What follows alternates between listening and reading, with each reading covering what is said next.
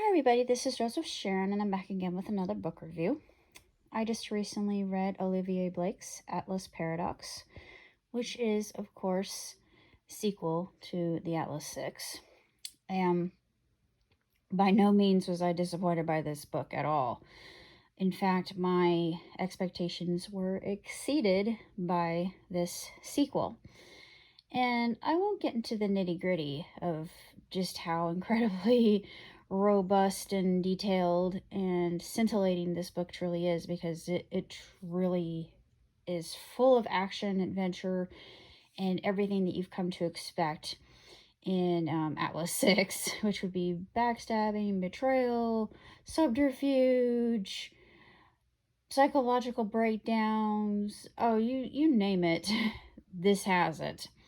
And it's all considering a game of chess between all the characters, more like 4D chess or Vulcan chess, if you will. And each character has their own positive attributes and negative attributes, and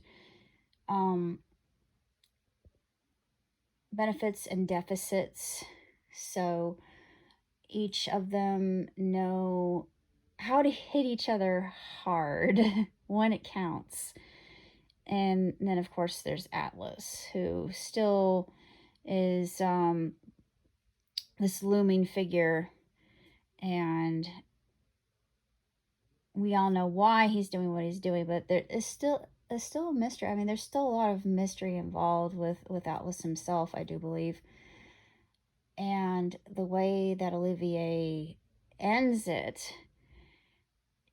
she even has a question mark in her finale, her so-called finale. So I'm thinking, Blake, how dare you?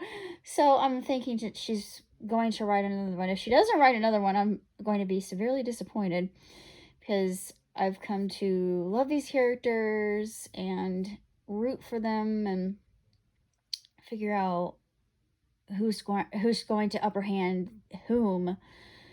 But it's like I said, it's a game of Vulcan chess here. I really can't tell you too much about the sequel without giving a lot away, because if you've read the first one, then you know exactly where this one is going. So there really isn't a lot that will catch you off guard, per se, honestly. And it's formulaic in that way, but it's crisp and zesty and new and different. They've given it a name that I hadn't been familiarized with before, but it's called Dark Academia. And I thought, yes, this makes sense.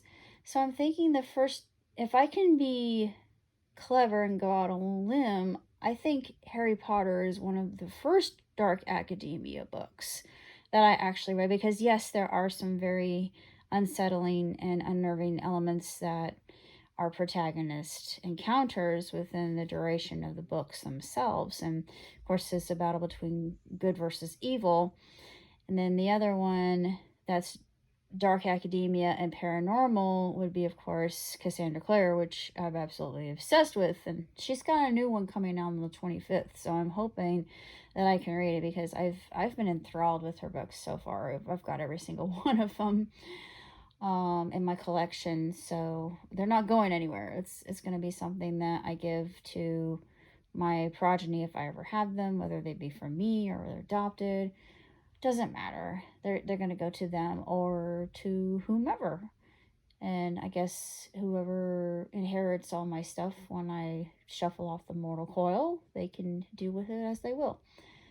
But I had never heard the term. I never encountered the term dark academia. So it was very intriguing to me. I thought, well, yeah, that definitely works. And this deals with quantum mechanics and quantum physics and just the realm of the quanta. And I think that makes it all the more interesting. And it actually inspired me to write something dealing with time and space, and like I said, the quanta. And I just thought, well, how interesting would it be if I worked on this particular idea? And once I publish it, you'll figure out what it is. I'm actually going to be working on a couple ideas dealing with space and time. One is Mandela Man. Mandela Man has been sitting for a year now, and it's going to be my first, well, actually, I should say my second book, because my first book has recently been published. It's only 55 pages. I'm trying to see whether Kindle will approve printing a paperback version of it, because I've never done anything paperback. Everything I've done has been ebook.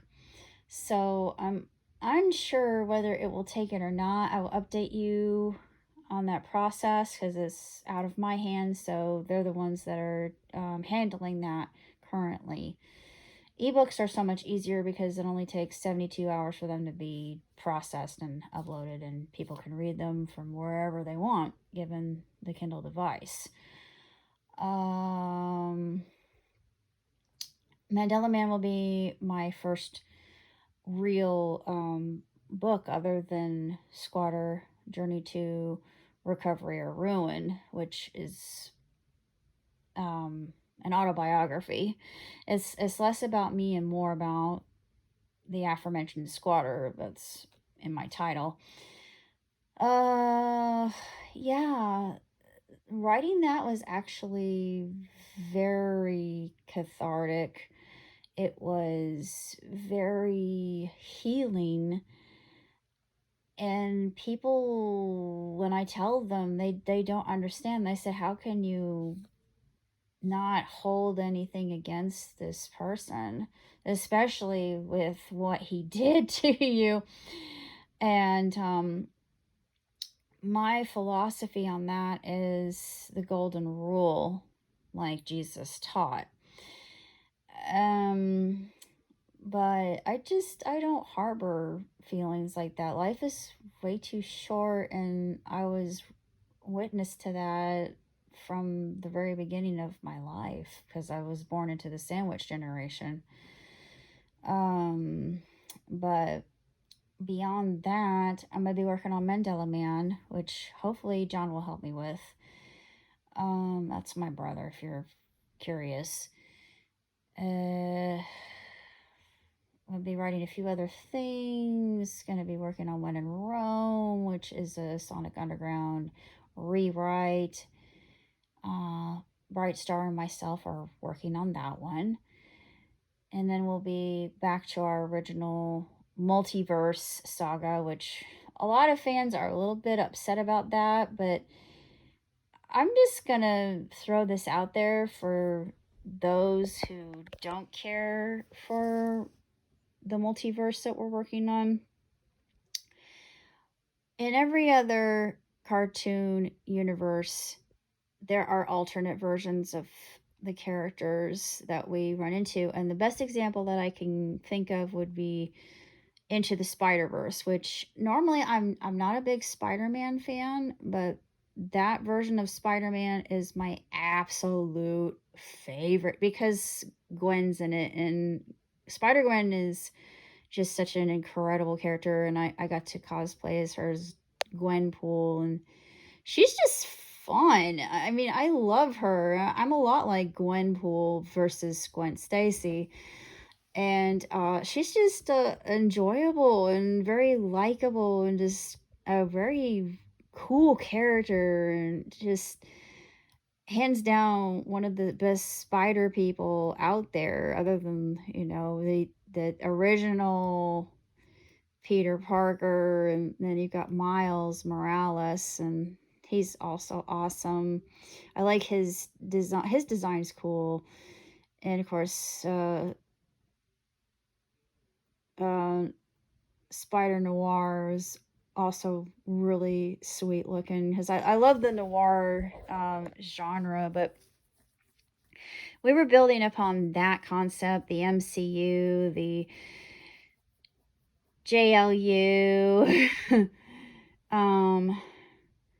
and just the comics multiverse, and every other cartoon has had a crossover. I mean, if you grew up in the 90s, it's just something that was done quite a bit. And not to kind of toot my own horn about the 90s, but in the 80s and 90s, they did crossovers right. And the only other people who do really good crossovers would be the Japanese. And it is one of my absolute favorites and just so endearing to me even now is Rumiko Takashi's Urusei Yatsura, and then she threw in Inuyasha, and I was expecting to see well, yeah, Ranma was there. Ranma was in it, which just made me feel so very happy. I was just full of glee, and I was